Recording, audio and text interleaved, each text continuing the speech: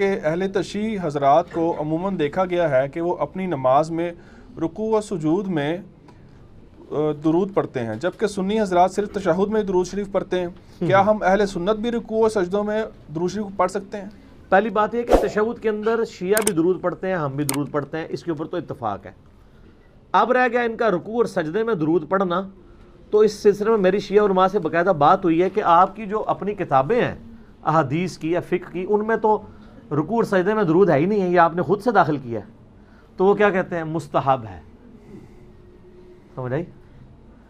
اہل سنت بھی جب کوئی کام کرنے لگتے ہیں نا اس قسم کا، ان سے پوچھیں یہ وہ آپ نے دیکھا وہ استنجے کی 92 سنتیں اور آداب، یہ جو بیان کر رہے ہیں اس کو 92 کی گنتی پوری کر۔ فضائل سنت میں چیپٹر ہے نا، سنتیں اس میں 5-7 ہی ہیں، وہ جو آداب ہے نا وہ بزرگوں نے تعلیم کیے ہوئے ہیں، اس کے لیے پھر آداب کا لفظ استعمال کرتے ہیں۔ روٹی کے 4 ٹکڑے کر کے کھانا مستحب ہے، کیسا لفظ ڈیفائن کیا ہے۔ اگر کوئی پوچھے یہ کہاں لکھا ہوا ہے، مسلم شریف میں تو صرف اتنا ہے کہ 3 انگلیوں سے کھانا کھانا سنت ہے، یعنی یہ 2 انگلیاں اور 1 انگوٹھا پلس دائیں ہاتھ سے کھانا سنت ہے۔ یہ روٹی کے 4 ٹکڑے کرنا، وہ کہتے ہیں ہم نے سنت تو کہا بھی نہیں، ہم نے مستحب کہا ہے، تو یہ بزرگوں کا طریقہ ہے۔ تو یہ شیعہ نے بھی جو جرت دیکھیں ان کی بھی نہیں ہوئی ہے، وہ رکوع اور سجود میں درود کو مستحب کہتے ہیں، سنت نہیں کہتے۔ مستحب لفظ ہی خود ان کی انٹینسٹی کو ڈاؤن کر دیتا ہے۔ پڑھنا کوئی چاہتا ہے ضرور پڑھے، لیکن درود پڑھنے کا جو صحیح مقام ہے نا نماز میں وہ تشہد ہے۔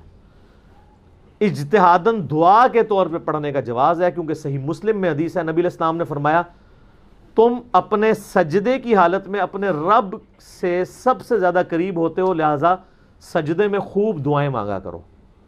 اب سجدے میں جو ہم دعائیں مانگتے ہیں تو دروشی بھی ایک دعا ہے، تو ایز اے دعا تو پڑھ سکتے ہیں اسے، اگر پڑھنا چاہیں تو کوئی ممانعت نہیں ہوگی۔ بخاری مسلم دونوں میں ہے کہ جب یہ آیت نازل ہوئی نا اذا جاء نصر اللہ والفتح، جس میں حضور کو حکم دیا گیا تھا آپ بھی استغفار کریں، تو ہم عائشہ کہتی ہیں سلام اللہ علیہا کہ نبی صلی اللہ علیہ وآلہ وسلم پھر اپنے رکوع اور سجود میں پڑھا کرتے تھے سبحانک اللہم وبحمدک اللہم اغفر لی، دعا مانگا کرتے تھے۔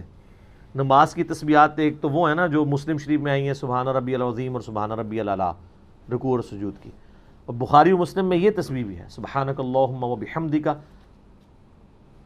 اللہم اغفر لی، سبحانک اللہم ربنا وبحمدک اللہم اغفر لی۔ ایک آتا ہے سبوح قدوس رب الملائکۃ والروح۔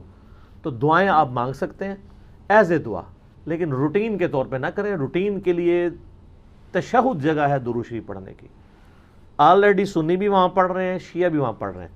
آپ دیکھ لیں شیعہ کی جتنی کتابیں ہیں نا ان میں شہادت ثلاثہ ہی کوئی نہیں تھی، نماز میں اشہدو ان لا الہ الا اللہ واشہدو ان محمدًا عبدہ رسولہ تھی، انہوں نے پھر وہ ساتھ سیدنا علی کا بھی نام داخل کر لیا۔ اب جب ان کو پوچھیں، اب شیعہ علماء نے باقاعدہ کلپ ریکارڈ کرائے ہیں کہ یہ نماز کے اندر آپ نے بدعت داخل کی ہے، تو وہ جو آپ دوسرے ہیں ان کو وہی جواب دے رہے ہیں کہ اچھا آپ تو اہل بیت کے دشمن ہو۔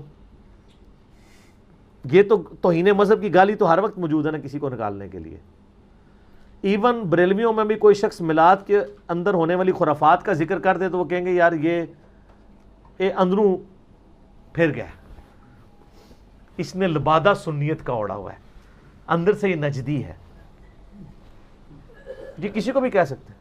ہمیشہ یہ باتیں اسی وقت ہوتی ہیں جب کوئی بندہ ان کے دم پہ پاؤں، پھر لفظ ذرا سخت ہو جائے گا، یعنی ان کے مفادات پہ ضرب لگاتا ہے، تو پھر ان کے پاس یہ گالیاں ہوتی ہیں کسی بندے کو دینے کے لیے۔ تو علمی بات دیکھنی چاہیے، تو پڑھیں، اجتہاداً پڑھیں، لیکن سنت یہ نہیں ہے زیادہ تر نہ پڑھا کریں، چھوڑ دیا کریں، اور نماز کے اندر درود کی جگہ تشہد ہے وہاں پہ پڑھیں۔ ٹھیک ہو گیا؟